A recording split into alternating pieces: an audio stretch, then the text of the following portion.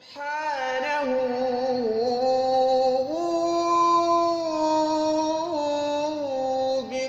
بقدرته ينشي السحابة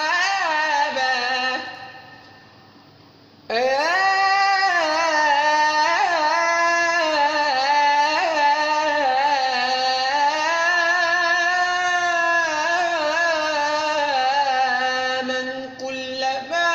نودي أجابه سبحانه بقدرته